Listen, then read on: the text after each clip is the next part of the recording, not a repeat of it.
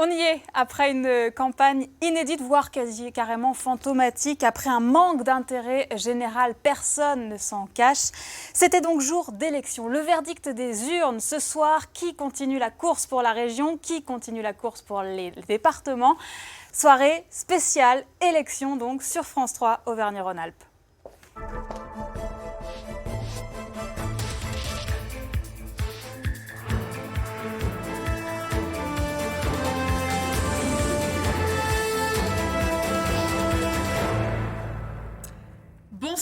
Bonsoir à tous, bienvenue sur France 3 Auvergne-Rhône-Alpes, grande soirée électorale à l'issue du premier tour des élections régionales, du premier tour des élections départementales. Tout au long de la soirée, nous allons alterner entre ces deux scrutins, nous allons vivre ensemble minute par minute le verdict des urnes, donc à travers un dispositif exceptionnel ce soir sur notre antenne, forte de 3 rédactions à Clermont-Ferrand, à Grenoble et ici à Lyon, et puis d'une multitude d'équipes sur le terrain prêtes à intervenir, et celui qui se tient prêt à mes côtés à intervenir plus que jamais, c'est Olivier Michel. Bonsoir Olivier. Bonsoir Marie, bonsoir à tous. Oui, un dispositif exceptionnel, vous en avez parlé. J'aimerais juste qu'on voit peut-être du reste une image, vous savez, de ce qu'on appelle la mosaïque. C'est l'ensemble effectivement de nos points de direct, ils sont extrêmement nombreux, notamment pour l'élection régionale. On sera en direct de tous les QG des principaux candidats. Et puis ici, on vous donnera à la fois les résultats et puis les analyses avec notre confrère Daniel Navreau. Bonsoir Daniel, bonsoir. Consultant donc, de France 3, directeur de prospective Rhône-Alpes Méditerranée. Et puis on parlera bien sûr de l'autre élection qui est très importante, l'élection départementale. Là aussi, vous serez dans vos antennes respectives en direct en fait, de chacun de vos 12 départements pour connaître à la fois les résultats et puis pour retrouver aussi nos envoyés spéciaux. Un mot encore peut-être sur Internet ?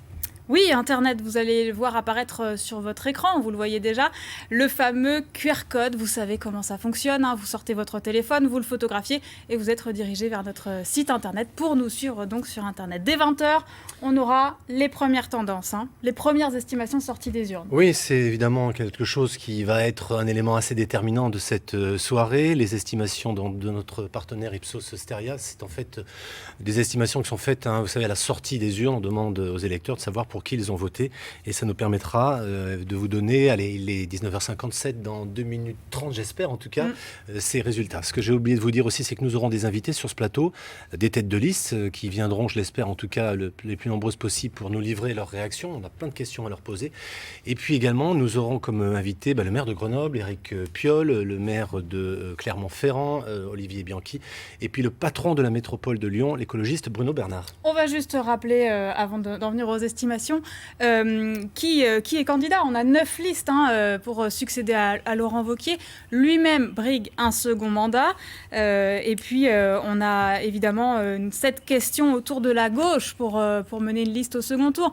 Qui de Najat Vallaud-Belkacem ou Fabienne Grébert portera la liste de gauche au second tour. C'est un des gros enjeux, le match dans le match, Olivier, pour ce scrutin. Les écologistes, tous les socialistes, on va le savoir, seraient une négociation en perspective.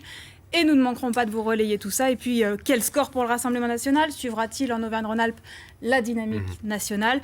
Et enfin, quel score pour Bruno Bonnell, pour le parti présidentiel ? Beaucoup de questions et des réponses dans les heures que nous allons passer ensemble. On va peut-être revenir rapidement sur le chiffre de la soirée quand même, qui est un chiffre historique. Je le rappelle, c'est le taux de participation particulièrement bas, 26,7 au niveau national, 16 points de moins qu'il y a 6 ans, la précédente élection régionale qui avait lieu donc en 2015. Quand on regarde le taux de participation en aura, il est ce soir de 24,8%. C'est 2 points en dessous de la moyenne nationale. Un mot, Daniel, juste sur l'impact qu'on pourra attendre ce soir peut-être sur ce taux de participation.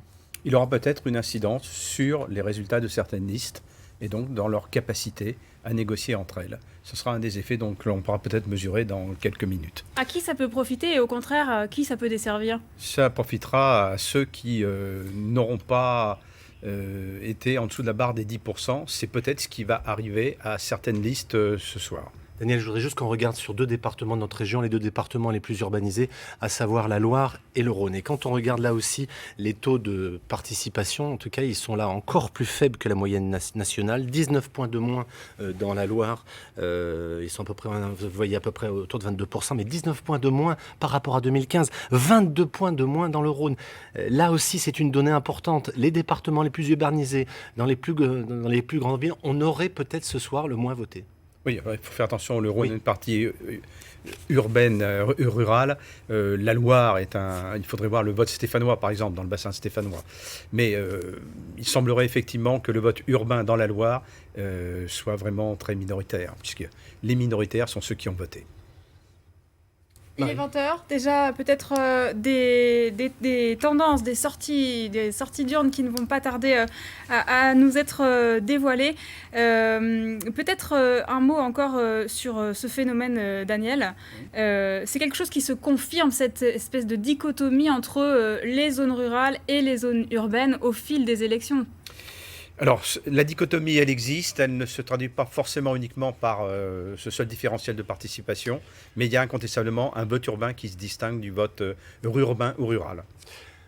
Allez, on va vous donner le chiffre qu'on attend tous de ce début de soirée. C'est l'estimation donc sortie des urnes sur le résultat à Lyon. Et vous le découvrez quasiment en même temps que moi. C'est vraiment inattendu. À la fois donc Laurent Wauquiez arriverait en tête donc au premier tour avec à peu près 44% des voix, suivi à 30 points par Fabienne Grébert, qui ferait donc ce soir 14% des voix. En troisième position, Andrea Cotarac, à peu près 13% des suffrages, suivi lui par Najat Vallaud-Belkacem du Parti Socialiste à 11,6%. Quand on regarde ensuite les autres candidats, eh bien Bruno Bonnell serait en dessous de la barre fatidique des 10%. Vous savez, c'est une barre qui permet notamment à une liste de pouvoir se maintenir au second tour. Derrière suit Cécile Cukierman du Parti communiste, la France Insoumise à 5,8%. Lutte ouvrière 1,7%. Sheila Gilles à la tête d'une liste qui s'appelle Union Essentielle, une liste sans étiquette, 0,7%. Et il nous manque donc un candidat, le voilà. C'est Farid Omer qui, lui, en fait, conduit la liste de l'Union de démocrates musulmans français qui ferait 0,5% des voix. Daniel, forcément, j'ai un premier commentaire. Laurent Wauquiez, 44% des voix. C'est énorme, c'est un score presque une estimation, faramineux. Encore une fois. Ce n'est qu'une estimation, il est à relativiser par rapport à la participation, mais c'est un score tout à fait étonnant. Donc ça, c'est la première leçon.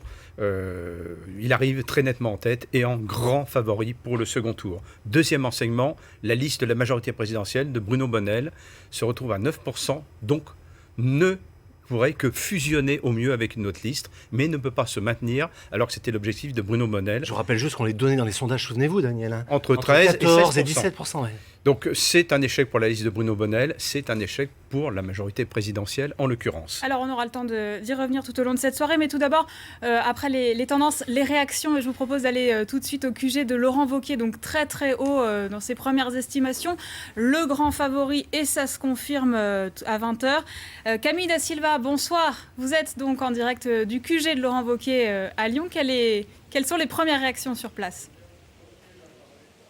Eh bien, les élus sont quand même surpris. La petite dizaine d'élus présentes est surpris forcément parce qu'on s'attendait à faire un gros score, mais pas à ce que ce soit un tel plébiscite. Vous l'avez dit, 44% des voix. Même les sondages n'ont rien vu venir car il était en tête à chaque fois, mais n'était crédité que de 35% d'intention de voix. Mais ici, pas d'effusion de joie tout de même, car il ne faut pas oublier, vous le disiez, ce taux de participation très faible. Il y a quand même eu quelques accolades, pas mal de sourires. Et l'un des élus présents, parce qu'ils ne sont pas beaucoup, je vous le disais, seulement une dizaine, et surtout beaucoup de journalistes ici qui attendent Laurent Wauquiez, m'a confié qu'il ne s'attendait pas à un tel résultat.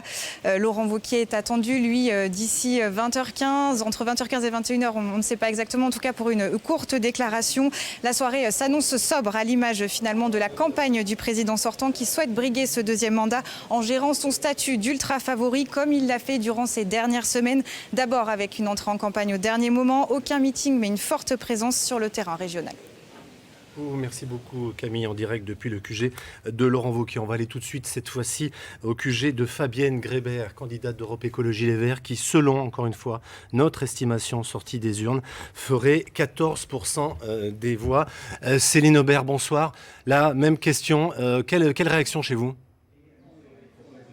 Alors vous l'entendez peut-être pas parce que c'est un tout petit peu retombé, mais à l'annonce des premières estimations, les militants étaient fous de joie bien sûr parce que c'est beaucoup plus que ce que l'on attendait d'après les derniers sondages. On est à quelques points de plus et bien sûr ça va beaucoup compter pour les négociations avec la gauche pour la possible liste d'union au second tour. On attend aussi les têtes de liste, les têtes d'affiche du monde politique écologiste qui attendent beaucoup bien sûr de ce résultat de Fabienne Grébert. Bruno Bernard, le président de la métropole, devrait arriver, de même qu'Éric Piolle, le maire de Grenoble, qui pourrait annoncer annoncer ces prochains jours sa candidature à la primaire des écologistes en vue de la présidentielle. Il y a beaucoup d'attentes bien sûr autour de ce résultat ce soir. On a entendu aussi le nom de Grégory Doucet, le maire de Lyon. La 4e ou la 5e place, ils n'y ont jamais cru, les Verts. Et apparemment, si l'on accroît les estimations, ce pourrait être vraiment le cas. Les sondages le confirment ce soir. Pourtant, l'environnement, vous l'avez dit, arrive toujours en 4e position dans les préoccupations des Français. Et pourtant, Fabienne Grébert a grappillé beaucoup de points et se présente bien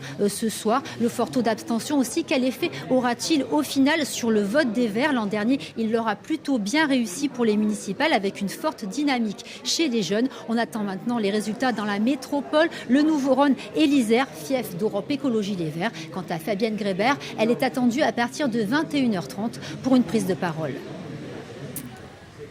Merci beaucoup Céline. Et donc à gauche, tout se joue entre Fabienne Grébert et notamment Najat Vallaud-Belkacem qui fait un peu moins de 12% selon ses premières estimations. On va retrouver tout de suite Julien Sauvadon. Bonsoir Julien, vous êtes au QG de Najat Vallaud-Belkacem.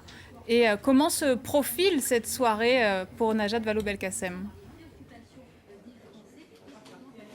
Eh bien, écoutez, ici à la Fédération du Parti Socialiste du Rhône, les militants ont accueilli ces premières estimations dans le calme et dans le silence. Ce qui a surpris ici, c'est le très gros score de Laurent Wauquiez.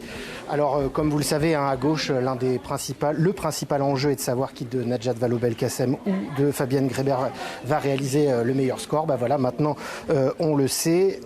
C'est a priori pour mener le combat du deuxième tour face à Laurent Wauquiez. Eh bien, c'est donc l'écologiste Fabienne Grébert qui arriverait en tête. On attend bien évidemment une déclaration de Najat Vallaud-Belkacem dans la soirée. Là, pour l'instant, elle est dans son bureau, entourée de ses amis du Parti Socialiste, et on attend sa réaction sur le coup des 22h30 à la préfecture pour l'instant. Mais si ça change, évidemment, on vous appelle. Merci beaucoup Julien Sauvadon. Andrea Cotarac, tête de liste du Rassemblement national, était donnée depuis le mois de novembre entre 20 et 22%. Ce soir, selon notre estimation, il ferait 12% des voix. Béatrice Tardy est en direct, cette fois du QG d'Andrea Cotarac. Bonsoir Béatrice Tardy. J'imagine alors là que c'est la douche froide chez vous. Exactement, et vous le voyez déjà, très peu de militants, et en plus, le tête de liste, celui que tout le monde attend, n'est pas là. Il est dans une pièce un petit peu plus loin, on est allé le voir, il m'a dit comme quoi il attendrait 20h30 pour effectivement s'exprimer. Il m'a seulement dit, c'est énorme, 10 points de moins globalement par rapport à ce qui était attendu. Évidemment que pour le Rassemblement national, c'est presque une défaite déjà ce soir, et c'est vécu comme cela, on le sent bien. Voilà, donc on attend effectivement une réaction officielle de Andrea Cotarac d'ici une vingtaine de minutes. On ne manquera pas de suivre. On termine ce premier tour des QG avec Philippe Réjani. Bonsoir, vous êtes au QG de Bruno Bonnell. Alors Bruno Bonnell, qui représente la majorité présidentielle et qui nous avait annoncé durant cette campagne vouloir créer la surprise, on s'en souvient, pour le second tour. C'était peut-être pas la surprise à laquelle il pensait. Il dégringole ce soir. Il ne passerait pas pour l'instant la barre des 10%. Ça voudrait dire qu'il ne pourrait pas tout de suite là se maintenir pour le second tour. Oui, effectivement, c'est plutôt une mauvaise surprise ici au QG de Bruno Bonnell. Il y a effectivement, comme vous l'imaginez, un petit peu de déception. C'est un échec pour l'instant. L'objectif, vous l'avez dit, est d'atteindre les 10% pour se qualifier au second tour. Bruno Bonnell, qui vient de s'exprimer, il se dit confiant car il sait que ce sont les grandes villes qui vont lui donner un peu de sursaut électoral, et ce sont les grandes villes qui sont dépouillées en ce moment et pour lesquelles les résultats vont arriver plus tard vers les 22h. Jusqu'à présent, en tout cas, les sondages l'ont toujours donné entre 13 et 15%. On n'a pas encore perdu, il vient de dire. Et puis 2 raisons pour lui de se réjouir de par sa nature optimiste. La première, c'est que c'est pour son parti l'occasion, en tout cas, de s'ancrer régionalement. Il y aura toujours plus d'élus qu'il y en avait jusqu'à maintenant, nous a-t-il dit. Et puis la deuxième raison, c'est cette défaite relative du Rassemblement national. Bruno Bonnell qui félicite le réveil démocratique des électeurs d'Auvergne-Rhône-Alpes. L'optimisme de Bruno Bonnell et tout le reste, on aura le temps d'en reparler d'ici un petit quart d'heure. Mais pour le moment, je vous propose de nous arrêter sur les élections départementales. L'autre scrutin de ce dimanche, 12 départements en Auvergne-Rhône-Alpes. Et pour être au plus près de vous, au plus près de chaque territoire, nous passons la main à Charline Collet et Fabien Gandillon en Auvergne, à Marie Michelier et Jordan Guéant dans les Alpes. Et Yannick Cusy va faire son entrée sur ce plateau pour vous rejoindre, Olivier Michel. On se retrouve, nous, dans 15 minutes pour continuer à décrypter ce scrutin régional. À tout de suite.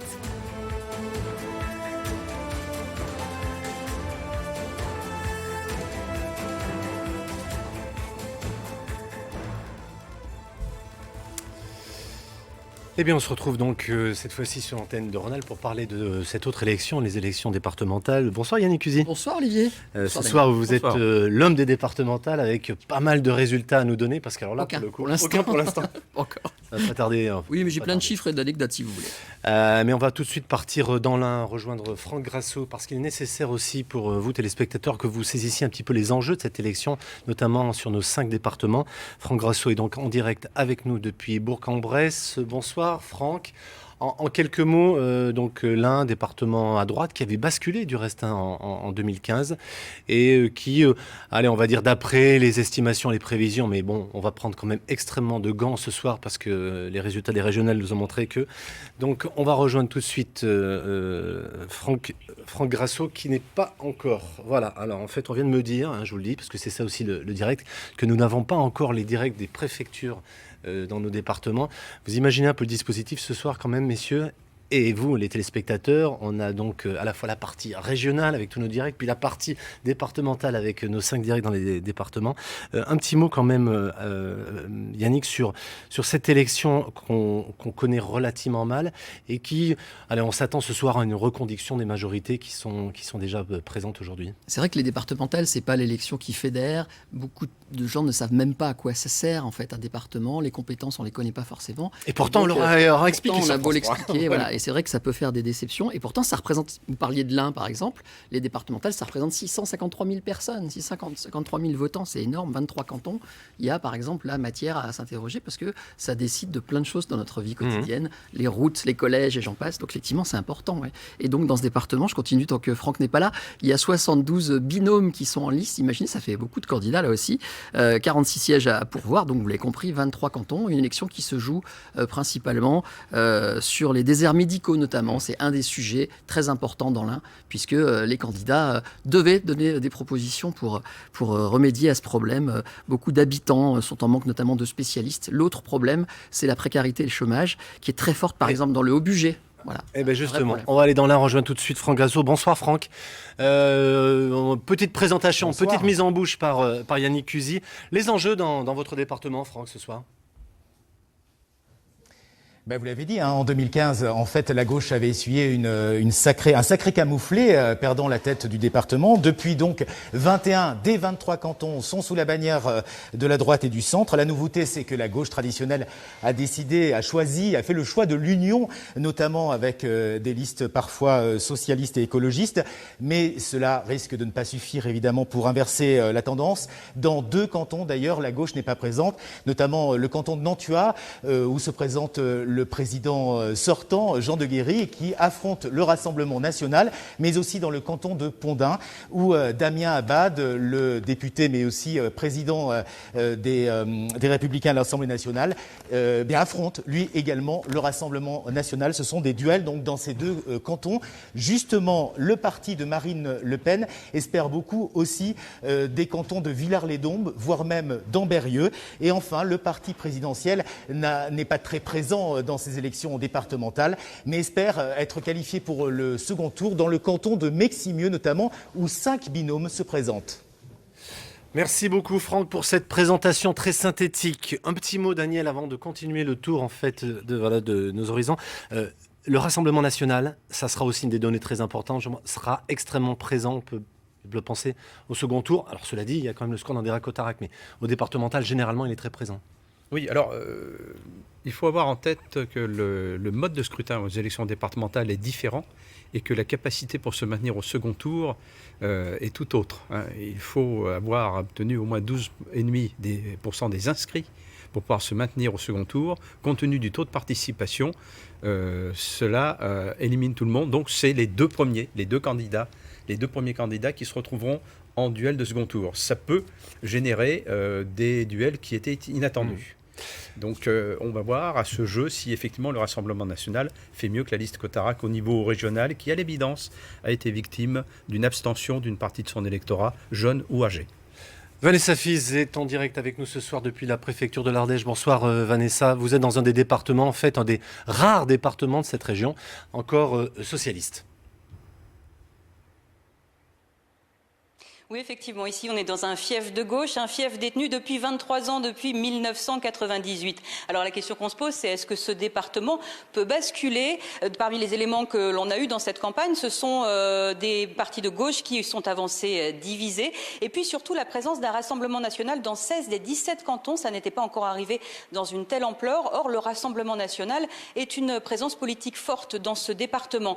Tout peut donc arriver, puisque s'il y a des triangulaires, en général, ça profite plutôt à la gauche, mais l'abstention est forte ici en Ardèche, même si on vote plus qu'ailleurs, on ne vote pas assez pour avoir facilement des triangulaires. Le suspense est donc complet. Ce qu'on peut vous dire au vu des dépouillements partiels, c'est qu'il pourrait y avoir une prime au sortant, mais il faut attendre évidemment confirmation et fin du dépouillement. Merci beaucoup Vanessa Fiz. Vous étiez en direct depuis la préfecture de l'Ardèche. On va traverser le Rhône, c'est un grand classique. On va aller donc chez les Drômois rejoindre Hugo Chaplon. Bonsoir Hugo. Vous êtes dans un département qui est à droite. Marie-Pierre Mouton est à la tête du département. Allez, on va se le dire franchement, on ne s'attend pas forcément à une bascule ce soir, eu égard en plus au score de Laurent Wauquiez tel qu'on l'a donné dans notre estimation. C'est un petit peu ça les données chez vous dans la Drôme. Absolument, et puis la question de se poser aussi, c'est de savoir si la gauche peut éventuellement récupérer les clés du département, si je puis dire.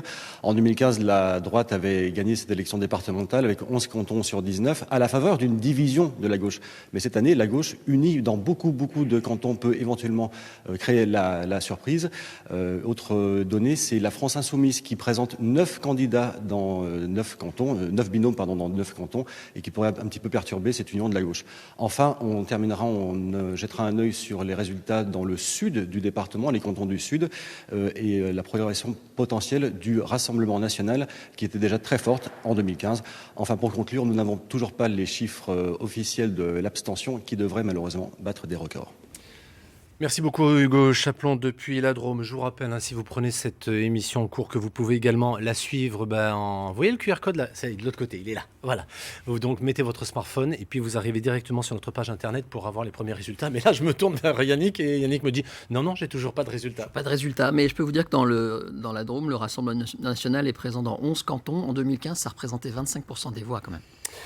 On va aller dans la Loire pour terminer, enfin pas pour terminer, mais poursuivre notre tour d'horizon, rejoindre Claire Exbraya. Bonsoir Claire. Alors, la Loire, c'est quand même un cas très particulier. La Loire, c'est quoi? C'est 72 ans de domination de la droite au département. Oui, Olivier, il faut même remonter à la Seconde Guerre mondiale pour trouver un président de gauche dans le département. C'est vous dire que la Loire est ancrée à droite. Le président sortant, Georges Ziegler, les Républicains, le sait. Il part d'ailleurs confiant. Il a aligné des binômes dans tout le département. Ce n'est même pas la République En Marche qui l'inquiète. Le parti de la majorité présidentielle n'est présent que dans quelques cantons. La gauche n'a pour autant pas dit son dernier mot. Elle a réussi à faire l'union, une union historique. Mais cette union suffira-t-elle à faire basculer le département? Pas sûr. Reste le vote RN. Il avait été très fort. L'extrême droite avait fait de très bons scores il y a 6 ans. Est-ce qu'elle arrivera à se maintenir au second tour comme il y a 6 ans, ça on le verra tout à l'heure. On s'intéressera notamment au canton de Saint-Étienne, dans la vallée du Gier et de la vallée de l'Ondaine. Claire, juste un petit mot. Je me rappelle donc du débat des départementales que vous avez animé cette semaine et cette déclaration complètement incroyable de la candidate notamment du Rassemblement national, parlant d'une entente avec le président donc LR, Georges Ziegler. Est-ce qu'on en parle chez vous aujourd'hui ou dans la presse ? Alors, on en parle surtout du côté de la droite, où le président sortant est furieux, furax même d'après ses proches, par rapport à cette déclaration, car il n'a, selon lui, à aucun moment tenu des discussions ou eu un accord, quoi que ce soit, avec l'extrême droite. Donc c'est plutôt de la colère du côté de la droite et on sourit, on en plaisante beaucoup du côté de l'extrême droite. Merci beaucoup Claire. Je me tourne rapidement vers Daniel parce que vous vouliez réagir. Oui, juste, il est étonnant comme certaines fois où l'on où l'on tient compte autant d'un propos d'une élue du Rassemblement national. Je pense effectivement qu'elle a fait un peu de politique fiction. D'accord. C'est un coup médiatique ?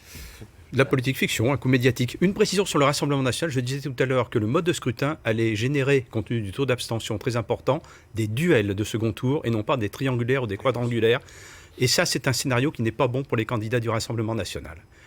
Les candidats du Rassemblement national sont favorisés par des triangulaires ou quadrangulaires à des cantonales. Là, les cantonales ne se présentent pas très bien pour eux non plus, de ce point de vue.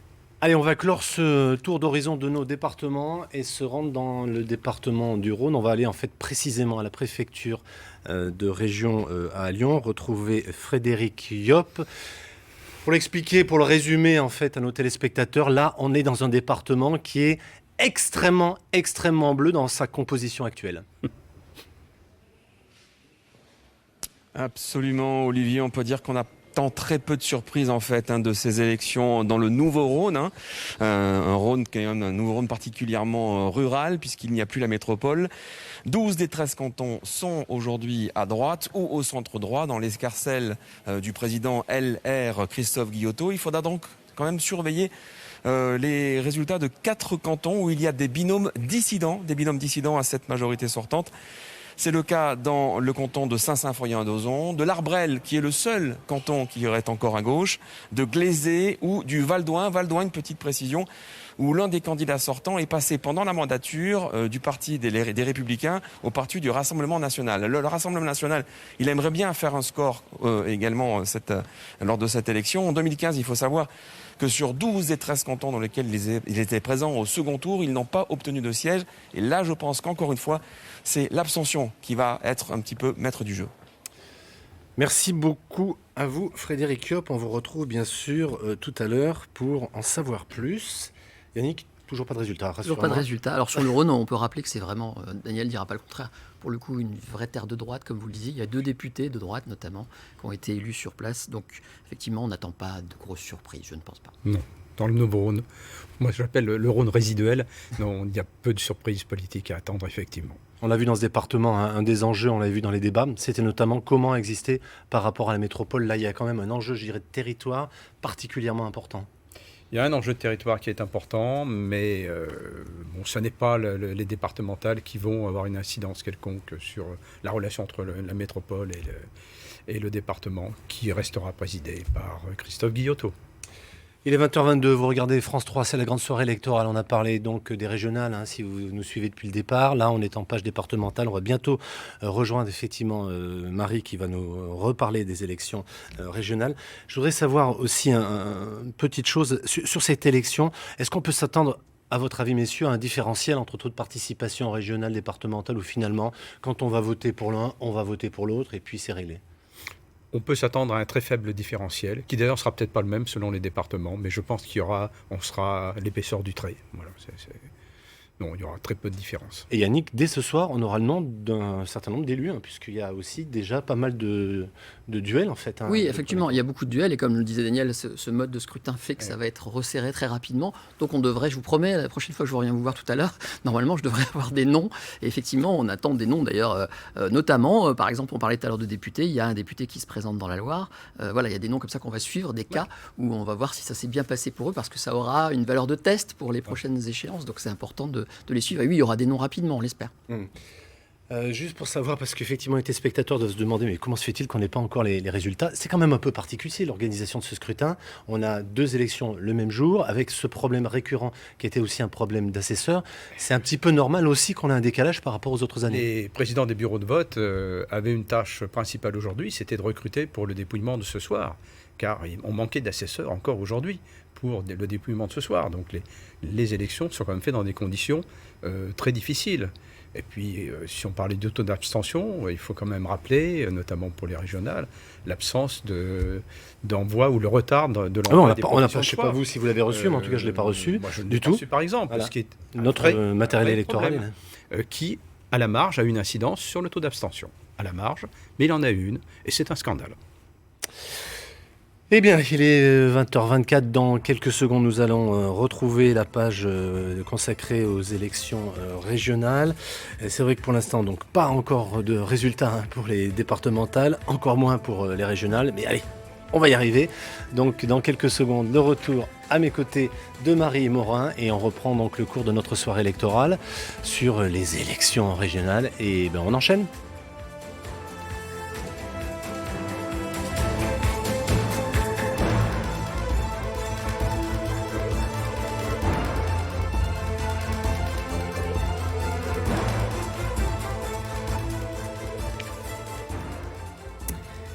On va y arriver, Olivier. On est ensemble jusqu'à minuit. Je vous assure que d'ici là, on va en savoir plus sur les résultats. La soirée continue. On revient donc à la dimension régionale de cette élection. On s'est quitté il y a 15 minutes. On attend la réaction de Laurent Wauquiez dans un instant. Mais d'abord, c'est Bruno Bonnell, Olivier, qui est avec nous. Ouais, juste avant, je vais quand même redonner le chiffre important de cette soirée. Les chiffres importants de cette soirée, c'est notre estimation donc sortie des urnes.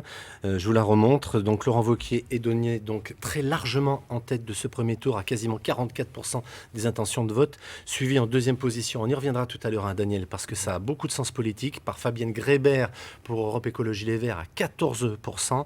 En troisième position, vous le voyez, Andrea Cotarac qui fait à peu près 13%.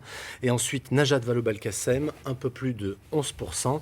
Quand on regarde derrière, eh bien, on voit que Bruno Bonnell est sous la barre des 10%. Ça, c'est le parti, donc La République En Marche. Et puis, vous découvrez les autres candidats. Cécile Cukierman, 5,8. Chantal Gomez, Lutte Ouvrière, 1,7. Et puis, 0,7 pour la liste Union Essentielle de Sheila Gilles. Et enfin, Farid Omer de l'UDMF à 0,5%. Et donc Bruno Bonnell est avec nous. Bonsoir Bruno Bonnell. Vous êtes à l'heure qu'il est en dessous de la barre des 10%. Vous n'êtes pas pour l'instant en mesure de participer au second tour, en tout cas tout seul. Quel est le scénario qui se dessine pour vous ?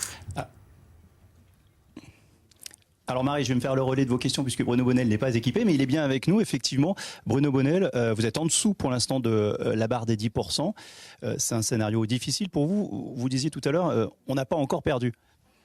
Mais non, je crois que, vous savez, cette élection, elle démontre d'abord qu'elle va être tendue jusqu'au bout. Cette limite, les métropoles sont pas encore décomptées. Or, nous sommes un mouvement très urbain. Donc, on va attendre quand même la fin de la soirée avant de pouvoir savoir si on est totalement déçu. Est-ce qu'on est déçu ? Évidemment. Mais je suis d'abord déçu par l'abstention. Je suis d'abord déçu par cette lutte qu'ont eu des générations avant nous pour avoir le droit de s'exprimer.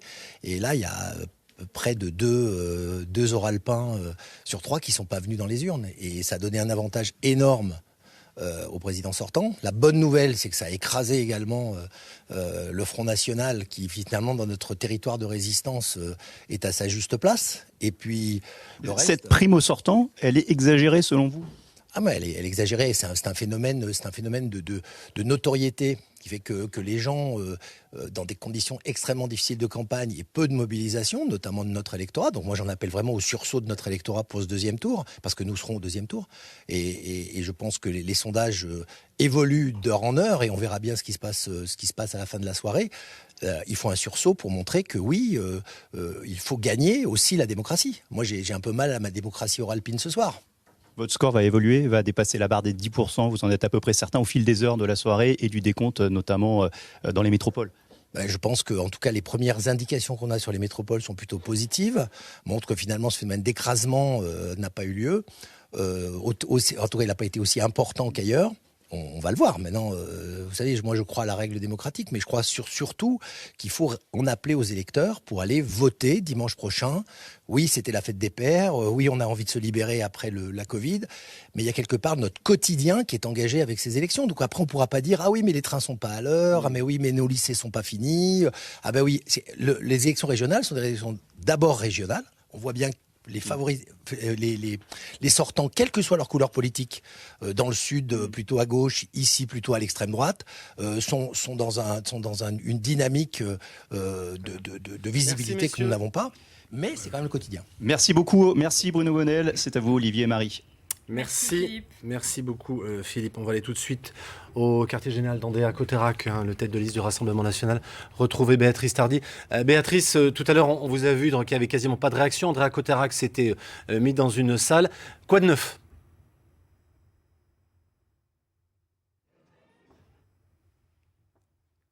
Ah, Béatrice, on ne vous entend pas, me semble-t-il. Oui. Eh bien voilà, donc excusez-nous pour ce petit problème de liaison son, on retrouvera tout à l'heure. Allez, ce sont des choses qui arrivent pendant le direct. Daniel, peut-être, on va écouter la réaction. Alors, Daniel, pardon. On a entendu à l'instant Bruno Bonnell, qui finalement élude un peu la question, qui préfère parler de l'abstention. Alors, il n'a pas tort sur un point, il est dans l'attente des résultats dans les grandes villes, le vote urbain, parce que c'est effectivement dans le vote urbain qu'il peut avoir une petite chance d'accrocher les 10% des suffrages exprimés. Évidemment, c'est les votes qui seront dépouillés le plus tard. Sachant que les écologistes doivent également attendre avec impatience le vote urbain et des grandes villes, parce que ce vote-là pourrait même conforter leur position dans le courant de la soirée. Et l'autre leçon, effectivement, de la soirée, c'est qu'effectivement, le vote écologiste se confirme. Il n'est pas marqué, il n'est pas victime de l'abstention. Et pour le moment, ils sont la première force de gauche, Najat Vallaud-Belkacem étant, avec le Parti socialiste et le PRG, très proche derrière, mais les écologistes arrivent toujours à être en tête et leur score pourrait peut-être se conforter dans la soirée. Allez, je vous propose maintenant d'écouter celui qui apparaît ce soir comme étant le grand gagnant de ce premier tour, Laurent Wauquiez. Les premiers mots, sur France 3, on l'écoute. Avec notre équipe, nous avons proposé aux habitants d'Auvergne-Rhône-Alpes un projet clair. Des valeurs fortes et une priorité assumée, notre sécurité. Ce soir, votre choix est net. Ce choix net, c'est une marque de confiance pour une équipe qui a eu à cœur de tenir ses engagements dans la crise, avec les masques, les tests, les centres de vaccination, une région bien gérée, sans augmentation d'impôts ni de dettes, une région avec la même attention pour les petites communes comme pour les métropoles, une région avec la préférence régionale pour nos entreprises comme pour nos agriculteurs. Ce choix net, c'est celui d'agir fermement contre l'insécurité comme nous l'avons fait depuis 5 ans, en doublant les effectifs de police ferroviaire ou encore en sécurisant nos lycées.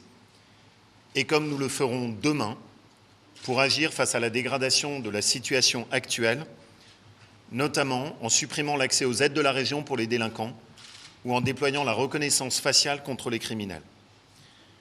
Ce choix net, enfin, c'est celui d'une nouvelle espérance, après la terrible crise que nous avons traversée, avec l'espoir de pouvoir relocaliser l'industrie et les emplois dans notre région, avec la volonté d'œuvrer pour une santé plus accessible sur tous nos territoires, et enfin avec la conviction que l'on peut améliorer la qualité de l'air avec des projets tels que le Lyon-Turin, qui devraient fédérer tous ceux qui veulent défendre l'environnement. Vous pouvez compter sur moi. Voilà, vous pouvez compter sur moi. La déclaration de Laurent Wauquiez, la première déclaration de Laurent Wauquiez ce soir, grand favori des premières estimations. En deuxième position de ces estimations pour le moment, ce n'est pas le Rassemblement national comme on l'annonçait dans les sondages au cours de la campagne, mais c'est l'écologiste Fabienne Grébert. Et on va tout de suite rejoindre Céline Aubert. Bonsoir Céline, vous êtes donc au QG de Fabienne Grébert. On est autour de 14% selon les premières estimations pour Fabienne Grébert. Et pour l'instant, c'est elle le leader à gauche ce soir. Et oui, tout à fait. Alors, je ne vous cache pas qu'il y a eu des scènes de liesse tout à l'heure. Changement d'ambiance il y a quelques minutes parce qu'on a écouté ici aussi religieusement le discours de Laurent Wauquiez. Il faut vous dire quand même qu'ils sont très étonnés de son score ce soir, estimatif bien sûr, 43%. Ils nous l'ont confié, les écologistes, ils ne s'y attendaient pas. Difficile désormais pour eux d'espérer l'emporter, même avec une liste d'union avec la gauche. Les proches de Fabienne Grébert ne s'attendaient pas en revanche à ce qu'elle soit aussi devant Najat Vallaud-Belkacem. Elle est, semble-t-il, ce soir en position de négocier en force lorsque les négociations vont être enclenchées, dès lors que les résultats définitifs seront proclamés. L'autre satisfaction, vous l'avez dit, c'est que Fabienne Grébert devance a priori Andrea Cotarac, le candidat du Rassemblement national. Et cela, c'est une réelle surprise aussi. Pour rappel, ce n'est pas la première fois que les Verts déjouent les pronostics. En 2019, aux Européennes, Europe Écologie Les Verts avait obtenu un score 2 à 3 fois supérieur à celui attendu. Et plus près de nous, à Grenoble, souvenez-vous, Éric Piolle l'avait emporté contre toute attente. Merci beaucoup Céline. On attend dans quelques instants la première réaction d'Andrea Cotaract du Rassemblement National. Je suis, parce que forcément on a des informations que vous n'avez pas. Juste Daniel, un mot sur Fabienne Grébert et ce qui va se passer, parce que maintenant on va se dérouler pas un psychodrame, mais ces négociations, sans doute dans un hôtel, c'est traditionnel ça effectivement, l'entre-deux tours, notamment le soir du premier tour, entre la liste notamment de Najat Vallaud-Belkacem et celle de Fabienne Grébert. Et là on négocie quoi ? Et celle de Cécile Cukierman, qui semble-t-il passe à barre des 5%. Donc il y aura quand même 3 listes, a priori, qui participeront. Alors, une petite note, on souligne le score faramineux de Laurent Wauquiez, qui fait 7 à 8 points de plus que dans les sondages. Je note quand même que l'ensemble des gauches fait 4 à 5 points de plus que ce qui était dit dans les sondages. Parce que tout simplement, c'est l'effondrement et du vote RN et du vote majorité présidentielle. Enfin, quand je dis effondrement du vote, c'est une erreur. C'est la non-participation au vote plutôt qui explique les résultats de ces deux. Mais l'ensemble des gauches fait un peu plus en pourcentage qu'on ne pouvait le penser. Mais très très loin derrière Laurent Wauquiez. Et finalement, les partis presque traditionnels qui sortent renforcés. Alors, est-ce qu'on peut considérer Europe Écologie Les Verts comme un parti traditionnel ? C'est un parti en mutation, en pleine mutation, qui est en train de changer, qui maintenant a des élus, des grands élus territoriaux. Donc je pense que c'est un parti qui est en train d'évoluer et qui effectivement espère devenir le parti pivot des gauches, ce qu'il est en train peut-être de devenir en Auvergne-Rhône-Alpes. Juste pour les téléspectateurs, la cuisine électorale, la cuisine post-électorale d'un premier tour, c'est quoi en fait ? On se retrouve autour d'une table, on se dit bon voilà, allez moi j'ai fait ça, maintenant on se partage un petit peu la liste. C'est l'exécutif, la présidence, qui aura la présidence. Bon, c'est vrai que c'est encore plus difficile quand on sait qu'on a fort peu de chances de concourir à l'exécutif régional. Donc c'est véritablement compter le nombre de conseillers régionaux que l'on aura. Et donc là, c'est vrai que la négociation, elle va être très dure. Et chacun voudra sauver le maximum de sièges, en avoir le maximum. Et donc, les discussions seront serrées. Et la liste Cukierman aura quelques difficultés à s'insérer là-dedans, sauf justement à favoriser l'un ou l'autre camp. Donc ça, c'est une cuisine, mais c'est une cuisine, je dirais, normale de fusion d'entre deux tours. On le rappelle, le dépôt des listes, c'est mardi 18h, mais évidemment, dès demain, a priori, 14h, une conférence de presse est déjà prévue entre les gauches pour annoncer donc ces listes pour le second tour, parce qu'il y a aussi des données qui sont, je dirais, purement techniques, qui prennent du temps, à savoir il faut réimprimer les bulletins, et donc il faut les envoyer le plus tôt possible. Les négociations vont avoir lieu dès cette nuit. Dès cette nuit, les négociations. Et on ne manquera pas de les suivre, bien évidemment. Bien sûr. Et de vous les relayer. Est-ce qu'on a la réaction de la première déclaration d'Andrea Cotaract ? On voulait vous la faire entendre. Elle n'est pas tout à fait disponible.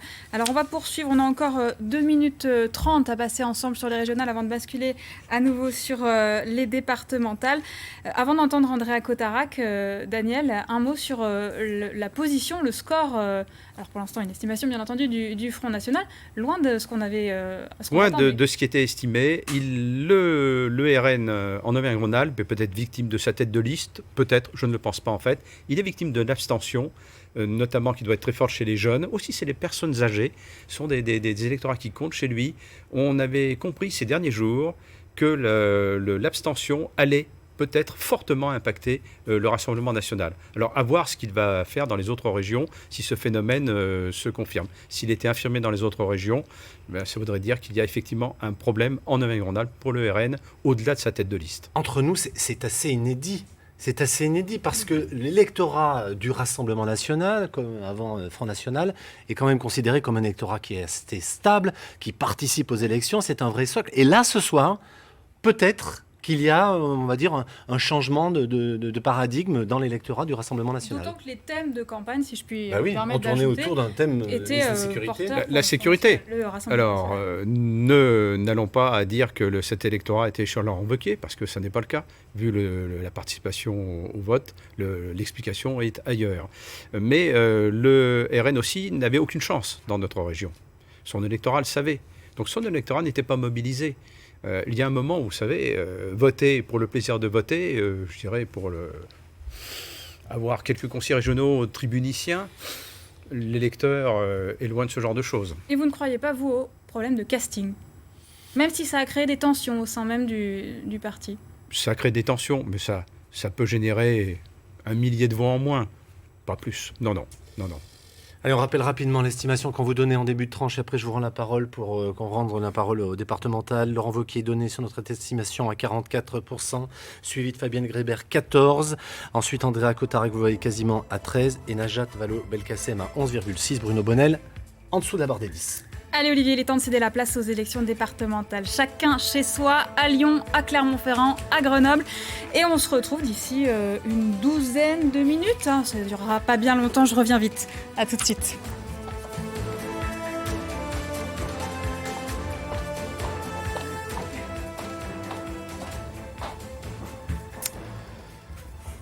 Allez, on se retrouve en Rhône-Alpes pour parler des élections départementales sur nos 5 départements. Et je ne vous cache pas que j'ai eu un petit regard, juste avant qu'il ne vienne nous rejoindre, Yannick Cusy. Vous savez, le regard du journaliste suppliant de soirée électorale en disant « Yannick, vous avez quand même un résultat ?» Vous attendez du courrier?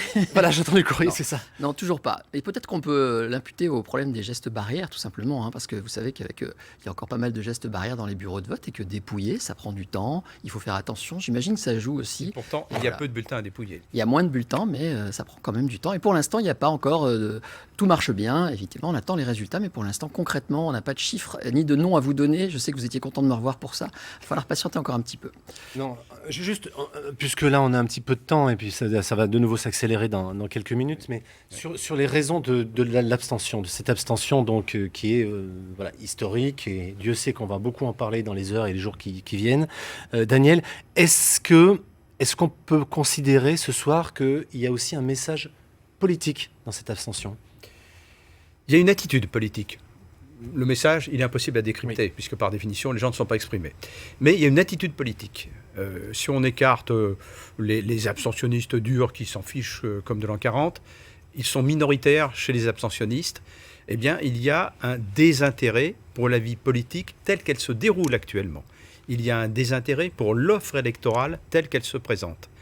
Mais ça ne veut pas dire que ces personnes-là qui s'abstiennent ne s'intéressent pas à la politique. Ils attendent une autre politique et d'autres modes de fonctionnement politique. Ils sont des déçus de la politique et non pas des gens qui, encore une fois, s'en fichent. Donc c'est une attitude politique. C'est très très important. Après, on peut parler du beau temps, du mauvais temps, de la crise sanitaire. On va trouver plein d'explications que les institutions, on ne les connaît pas. Quelles sont les compétences de la région, du département. Honnêtement, trop d'explications vaut aucune explication véritable. Encore une fois, c'est une attitude politique et une forte critique de la politique telle qu'elle est menée en France actuellement. Vanessa Fize et notre journaliste du bureau en Ardèche. Vanessa, donc vous êtes à la préfecture. Est-ce que vous avez des tendances, peut-être même des résultats définitifs à nous donner ce soir ? Non, pas encore de résultats définitifs. On attend encore les résultats des principales communes, des plus grosses communes de l'Ardèche. Alors on a des dépouillements partiels qui laissent entendre que le Rassemblement national pourrait être un peu moins fort que prévu. Il est présent cette année pour la première fois dans 16 des 17 cantons. On peut aussi dire que les candidats sortants sortent plutôt majoritairement de ces décomptes partiels, mais attention qu'ils ne prennent pas en compte les grandes villes de l'Ardèche. Donc pour l'instant, pas de résultats définitifs, une abstention forte mais moins forte qu'ailleurs. Et peut-être une prime au sortant. Merci beaucoup Vanessa. Et puis je vous le dis, si vous avez des résultats, Yannick, vraiment, il vous accueille sans aucun problème. Allez, on va aller vous rejoindre Frédéric Yop, qui lui est dans le Rhône à la préfecture. Frédéric, d'après ce qu'on me dit, vous avez, vous, des tendances à nous donner? Oui, alors les dépouillements, bien sûr, on n'en est pas à 100%, mais je peux déjà vous donner quelques tendances concernant le fameux canton de l'Arbrel, qui est le seul canton qui est à gauche dans le département du Nouveau-Rhône. Dépouillé aux 2/3, il semblerait que le duo LR Valette-Boussandel fasse la course en tête avec 10 points d'avance sur la sortante donc de l'Union de la gauche. Sheila Maccaron, elle est au coude à coude avec le seul binôme centre LREM du département. Et 10 points derrière, le Rassemblement national. Donc il est fort possible que ce soir, l'Arbrel repasse dans l'escarcelle de la droite. Il y a également le canton de Brigné, qui est le canton du président sortant, Christophe Guillotot. Là, c'est dépouillé à 30-35%, donc c'est vraiment une petite tendance, mais globalement, il fait la course très très largement en tête et il devrait être réélu, peut-être même au premier tour. Je pense qu'on en saura plus d'ici une petite heure. Et enfin, il y a le Val d'Oing. Vous savez, le Val d'Oing où un des deux candidats qui était en poste est passé du LR au Rassemblement national pendant la mandature. Il ne semble pas que ça lui ait vraiment servi puisqu'il est une quinzaine de points derrière l'autre candidate qui avait été élue avec lui il y a 6 ans, qui, elle, donc, est de la majorité départementale et qui, elle, mène également la course en tête. Merci beaucoup, Frédéric. Et désormais, on va aller dans la Loire, en fait, avec Claire Exbraya. Claire, je vais vous poser en fait la même question qu'à vos collègues, là, parce que effectivement, la soirée avance et on a très envie d'avoir des résultats. Alors, pour l'instant, j'ai bien compris les uns les autres que vous aviez des tendances, mais on est preneur de vos tendances. Que se passe-t-il chez vous ? Pas mieux que chez mes collègues. On n'a toujours pas un seul résultat complet ici dans la Loire. Il faut dire que les bureaux de vote à Saint-Étienne ont fermé à 20h, donc il n'y a pas si longtemps que ça. Le dépouillement se déroule encore dans les bureaux de vote stéphanois. Et dans les autres cantons, on recompte encore et encore, puisqu'on veut être sûr des résultats. Il pourrait y avoir une petite prime aux sortants, notamment dans le Gier et sur le canton de Saint-Chamond, mais on n'en sait guère plus. Merci beaucoup, Claire. On va se le dire, c'est pas notre première soirée électorale. On en a fait quand même quelques-unes. Mais alors là, j'avoue que pour l'instant, on reste quand même sur notre faim, sur ces résultats. Effectivement, est-ce que c'est lié au manque d'assesseurs, aux gestes barrières, comme vous le disiez tout à l'heure, Yannick ? Peut-être, tout à l'heure, Daniel parlait d'une autre façon de s'exprimer. Moi, je vais plus loin. Je pense à un rejet de la politique en ce moment. C'est peut-être un peu fort, Daniel, mais il y a eu des gestes récemment. Il y a eu une gifle qui a marqué les esprits. Il y a eu des gestes comme ça, alors qu'ils ne sont pas tous expliqués pour les mêmes raisons. Mais il y a des gens qui rejettent le système tel qu'il est aujourd'hui. Un rejet de l'offre électorale telle qu'elle se présente. Allez, on va partir dans la Drôme, rejoindre Hugo Chaplon. Ça, c'est toujours le tour de raison de nos départements. Hugo, est-ce que vous, de votre côté, vous avez un peu du nouveau ? Est-ce que vous avez des résultats, là aussi, des tendances ? Alors, pas de résultat définitif. Les bureaux de vote sont en train le dépouillement est en cours. 93-95% du dépouillement a été effectué, notamment dans les cantons les plus ruraux, comme le Diois, les Nyons et Baronnies et le canton de Grignan. Une tendance, cependant, pour le canton de Grignan, le Rassemblement national serait en fort recul. Et ça, c'est une surprise, car en 2015, ils avaient perdu ce canton pour 300 voix près. Et le canton de Valence 4, la droite serait en tête dans ce canton-là. Mais pour le moment, pas de résultat ferme et définitif. Oui, les cantons de Valence qui effectivement présentaient notamment à gauche un éclatement de l'offre électorale. C'était un des enjeux de cette élection sur le département, Yannick. Absolument, entre autres. Et puis on suivra aussi, si possible, Montélimar et Tain-l'Hermitage. Vous parlez de renouvellement tout à l'heure. Il y a du renouvellement à droite de ce côté-là, avec des nouveaux visages qui ont été voulus par le maire de Montélimar, Julien Cornillet. On va voir si ces nouveaux visages ont percé ou pas, dès qu'on aura ces fameux résultats. Franck Grasso et lui, en direct de la préfecture de l'Ain. Franck Grasso, même question, même punition. Alors moi je vais aller un petit peu à contre-courant pour vous parler de Villars-les-Dombes, qui est un canton où il y a un grand suspense en raison d'abord d'une division à droite et de la présence de 4 binômes. Et c'est l'une des chances du Rassemblement national dans l'Ain. À l'époque, le Front national avait totalisé d'importants scores. Alors pour l'instant, c'est le binôme sortant représentant la droite et le centre qui est en tête, suivi juste derrière du Rassemblement national et enfin de la liste de droite dissidente pour l'instant, parce que nous n'avons que 70% des bulletins qui sont dépouillés. Je vous rappelle aussi le taux de participation rapidement dans le département de l'Ain, 30,36%, alors que d'habitude, ici, on vote pas mal, 48% en 2015 au premier tour. Franck, est-ce que vous m'entendez encore là ? J'ai une petite question. On voit, vous êtes où exactement ? Et qu'est-ce qui se passe derrière vous ? Parce qu'on entend pas mal de brouhaha. Exactement. Nous sommes dans le grand salon de la préfecture, en fait, où les résultats arrivent.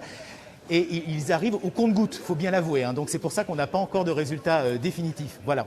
Bon, mais n'hésitez pas à nous contacter et puis à appeler Yannick pour donner les premiers résultats. Peut-être un mot sur le département de l'Ain, Yannick ? Oui, Franck parlait de Villars-les-Dombes, effectivement, et il le disait tout à l'heure, il y a 2 cantons qu'on va surveiller de ce côté. Il y a Villars-les-Dombes et Ambérieu. Pourquoi ?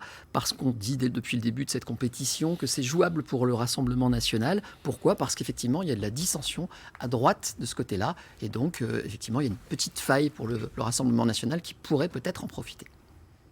Alors pour les départementales, j'ai toujours envie de dire les cantonales, n'oublions pas une autre règle. Pour être élu au premier tour, on espère des élus de premier tour, mais il faut certes avoir la majorité absolue, mais il faut aussi avoir recueilli 25% des inscrits. C'est une double condition.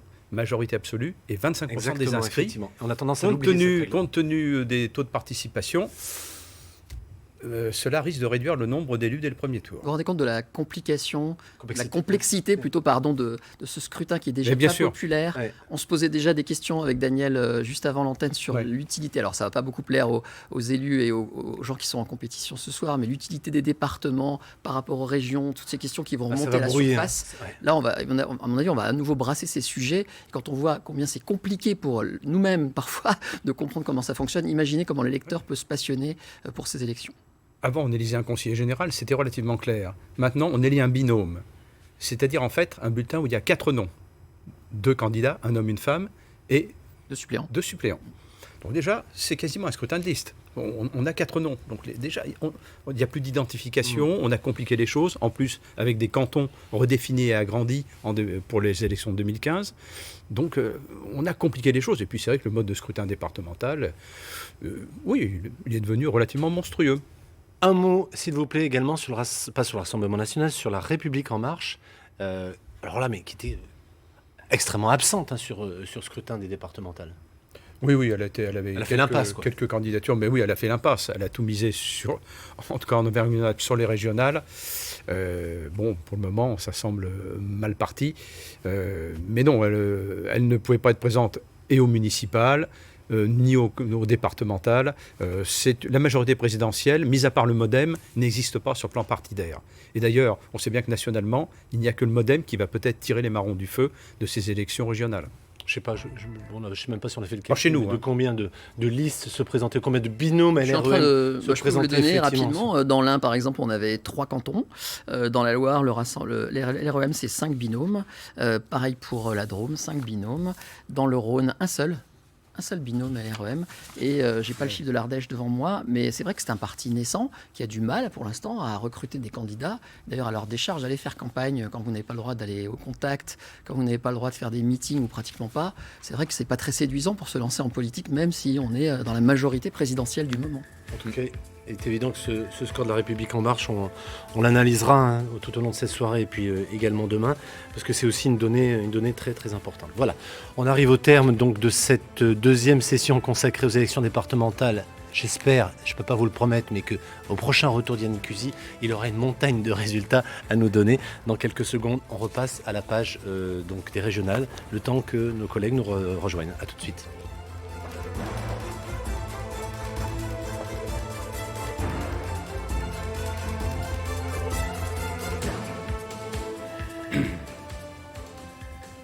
Allez, nous revoilà pour parler à nouveau de cette élection régionale.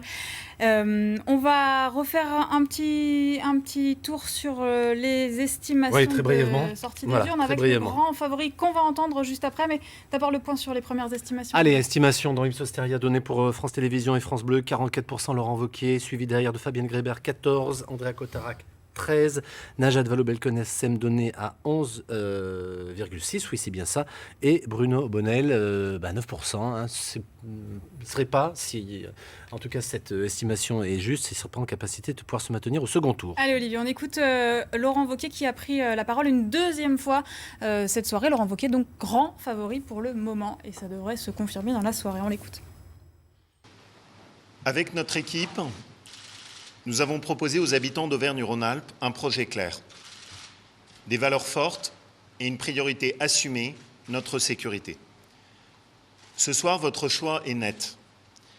Ce choix net, c'est une marque de confiance pour une équipe qui a eu à cœur de tenir ses engagements dans la crise, avec les masques, les tests, les centres de vaccination, une région bien gérée, sans augmentation d'impôts ni de dettes, une région avec la même attention pour les petites communes comme pour les métropoles, une région avec la préférence régionale pour nos entreprises comme pour nos agriculteurs.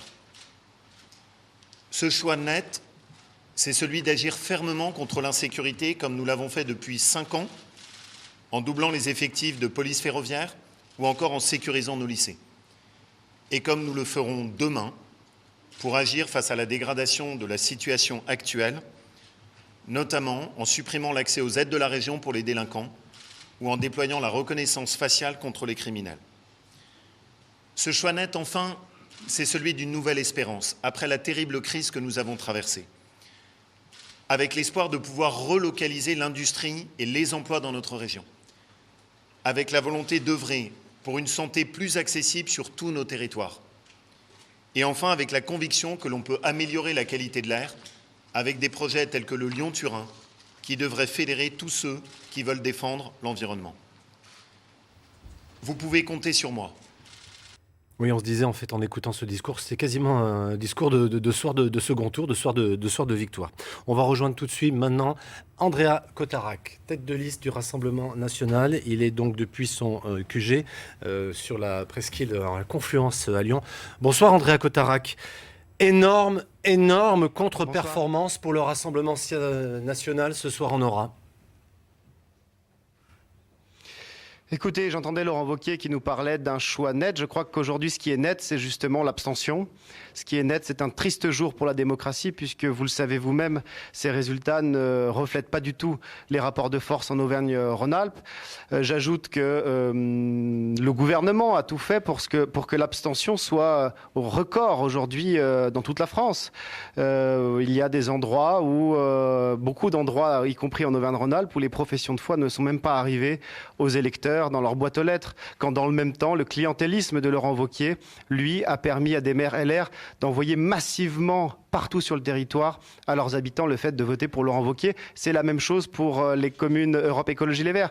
Par conséquent, écoutez, on est aujourd'hui au premier tour. Il y a un second tour. Le Rassemblement national est qualifié. J'en appelle donc à nos électeurs, aux nationaux, à ceux qui souhaitent lutter contre l'insécurité, contre l'islamisme, à voter massivement pour le Rassemblement national. Andrea Cotarac, j'entends votre discours, j'entends ce que vous dites effectivement sur une abstention qui serait organisée. Il n'empêche que vos électeurs ne sont pas allés voter non plus. On peut penser quand même que vous n'avez pas réussi à les mobiliser. Ça, c'est de votre responsabilité également. Écoutez, on le voit dans toutes les régions où le Rassemblement national, alors qu'il est premier parti de France, eh bien, a 10, parfois plus de points de retard dans le scrutin. Donc on voit bien que ça ne reflète pas la sincérité du scrutin. Aujourd'hui, je pense qu'on l'a vu dans certaines villes. J'entendais M. Hortefeux aussi nous expliquer, nous parler de Caluire. À Caluire, les professions de foi ne sont pas arrivées dans la boîte aux lettres des habitants, quand dans le même temps, la lettre du maire LR, elle, est bien arrivée dans les boîtes aux lettres des habitants. Donc on a finalement une mission régalienne fondamentale qui n'a pas été assumée, respectée, et cette mission fondamentale, c'est faire vivre la démocratie. Ben, ce qu'on dit nous, c'est qu'il y a un second tour et on va mettre toutes nos forces, à tous les nationaux d'ailleurs, je leur fais un appel, à tous ceux qui subissent l'insécurité, qui subissent l'islamisme, qui subissent les délocalisations, à faire et à voter et à faire voter pour le Rassemblement national dimanche prochain, afin de pouvoir refléter le réel rapport de force dans la région Auvergne-Rhône-Alpes. Et j'y crois encore, bien évidemment. Merci beaucoup Andrea Cotarac d'avoir réagi en direct sur France 3. Merci à vous. Avant peut-être d'entendre le maire de Valence, une réaction aux propos d'Andrea Cotarac, Daniel. Mais il en appelle aux électeurs nationaux. C'est intéressant. On voit bien qu'il se repositionne nationalement, parce qu'effectivement, sur la scène régionale, le Rassemblement national n'arrive pas à exister. Cela étant dit, il sait également que son score va générer... sa personnalité n'explique pas le mauvais score du RN, mais en revanche, son score va générer une guerre interne. Il est clair qu'elle était larvée, elle s'était calmée pour les élections, mais il va y avoir certainement quelques règlements de compte au Rassemblement national si le score est le même la semaine prochaine. Allez, on va tout de suite rejoindre Julien Sauvadon chez Najat Vallaud-Belkacem. Julien, un mot. Eh bien, écoutez, nous sortons à l'instant du bureau de Najat Vallaud-Belkacem. Ici, la prudence est de mise. On refait les comptes, on attend les derniers résultats. On a pu entendre Najat Vallaud-Belkacem dire « tout est bon à prendre ». Alors ici, on attend pour pouvoir après peser les forces et voir avec Fabienne Grébert du côté des écologistes quel poids il y a dans la balance. Mais pour l'instant, ici, la prudence est de mise et on attend. Merci Julien. Merci Julien. On va écouter tout de suite la réaction du maire de Valence, Nicolas Daragon, qui est l'actuel vice-président en charge du tourisme. Donc dans la mandature de Laurent Wauquiez. Il ne peut que se féliciter ce soir des premières estimations concernant Laurent Wauquiez. Écoutons-le. évidemment de virer en tête, nous sommes heureux, évidemment de virer avec un beau score, nous sommes heureux, mais rien n'est fait. Je rappelle qu'il faut encore se mobiliser et que si on veut sortir de cette crise avec une région qui soit encore plus forte, il faut que le soutien soit encore plus massif dimanche prochain. Donc j'invite vraiment l'ensemble de nos concitoyens à aller voter dimanche prochain. Avant de se quitter, je vous rappelle les résultats, en tout cas, donc, qui ne sont pas définitifs. Et bien sûr, c'est des estimations. On va terminer avec ces estimations. Laurent Wauquiez donné à 44%, suivi de Fabienne Grébert, 30 points derrière quand même. Andrea Cotarac, à peine donc 13%. Et puis Najat Vallaud-Belkacem, 11,6%. Bruno Bonnell, 9%. Cécile Cukierman en capacité de pouvoir fusionner avec 5,8%. Et puis derrière suit Lutte ouvrière et Cela Gilles et Farid Omer. Merci Olivier, merci Daniel. On arrive à la fin de cette première partie. Mais le match est loin d'être fini. Ne partez pas trop loin. On est de retour dans un quart d'heure. Rendez-vous à 21h. Pour l'instant, le débrief national.